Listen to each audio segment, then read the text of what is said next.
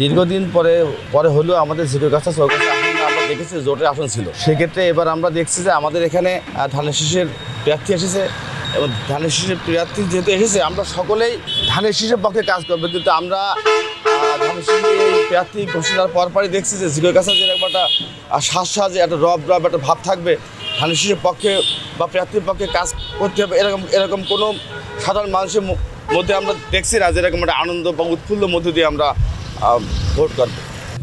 বিগত 15 বছর আমরা আন্দোলন সংগ্রামে চৌগাছার বহু মানুষ নির্যাতিত হয়েছি, হয়রানি হয়েছি, মামলা খেয়েছি, অনেক নেতাকর্মী পঙ্গু হয়েছে, মারা গেছে। তাদের পাশে যে প্রার্থীর প্রাথমিক তালিকায় নাম ঘোষণা করেছেন এই সাবিরা নাজমুল মুন্নি, কোনো দিন একটা ঘন্টার জন্য আমাদের চৌগাছার মানুষের পাশে আসেনি বা দেখাশুনোও করেনি, এবং তাকে আমরা বারবার বলা সত্ত্বেও উনি কোনোদিন আমাদের খোঁজখবর নেন। আমাদের সাথে কাজ করেছেন আলহাজ জনাব মিজানুর রহমান খান, আমাদের জহুরুল ইসলাম।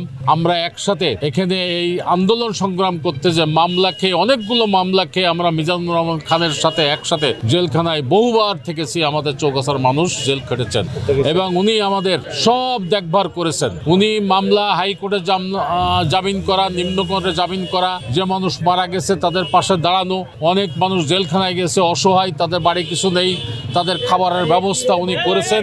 এই কারণেই আমাদের চৌগাছার মানুষ যে প্রার্থীটা দিয়েছেন আমাদের ভারপ্রাপ্ত চেয়ারম্যান তারেক রহমান, আমাদের এই চৌগাছার মানুষ মেনে নিতে পারছে না। আমি ব্যক্তিগতভাবে মনে করি বিএনপির প্রাথমিক মনোনয়ন চৌগাছা ঝিকরগাছা থেকে যারা দেশে সাবিনা নাজমুল মুন্নি আমার অত্যন্ত আপনজন ছিলেন, ভাবি হয়। কিন্তু দলের সাথে চৌগাছা 11টা ইউনিয়ন, একটি পৌরসভা, সাধারণ জনগণের সাথে ভাবির কোনো সম্পৃক্ত আছে এটা আমার জানা নাই। বিগত ফ্যাসিজ আমলে চৌগাছা 11 ইউনিয়ন, পৌরসভা, বিএনপির যত নেতা কর্মী আছে সকলের সাথে বর্তমান আলহাজ মিজানুর রহমান খান একসাথে তার সাথে হৃদ্যতা সম্পর্ক। কিভাবে হৃদ্যতা সম্পর্ক?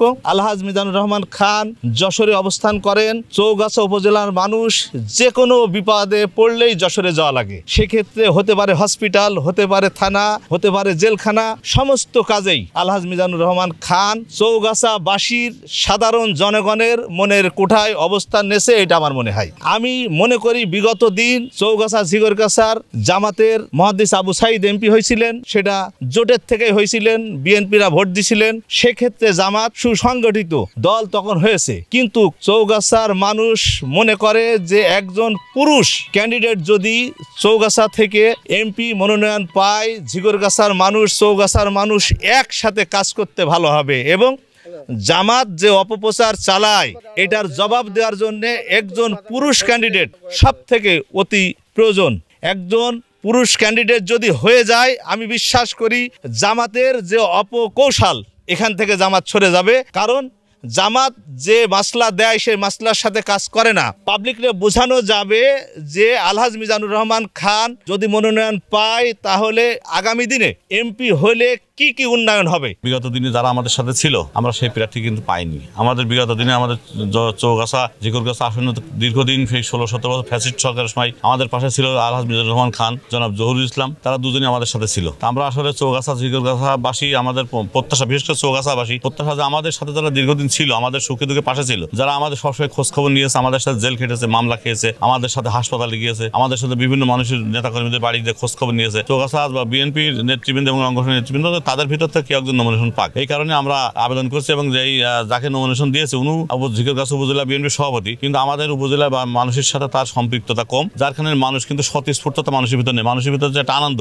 এই নির্বাচন নিয়ে সেটা কিন্তু ঝিমিয়ে পড়েছে। মানুষ চাচ্ছে যে একটা প্রার্থী পুনর্বিবেচনা হোক এবং দলের কাছে সেই আবেদন আমরা করছি। এমন একজনের নমিনেশন দিয়েছে যে তার কোনোদিকে মাঠে দেখে না, কিন্তু আমাদের ইসলাম পাশ খেতে হবে। এই কারণে চাই যে উনি পাল্টাই দিক, উনি কোনোদিন কোনো কর্মী চেনেও না ভালো, তার কোনোদিন দেখিও নি। তার এই জন্য আসলে আর ভোট দেয় সে যদি মনে করেন আমি একজন নাই চিনি আর সুখে দুঃখে না থেকে ভোট দিতে চাই, খুবই সব আমাদের ইসলাম ভোট দেবে।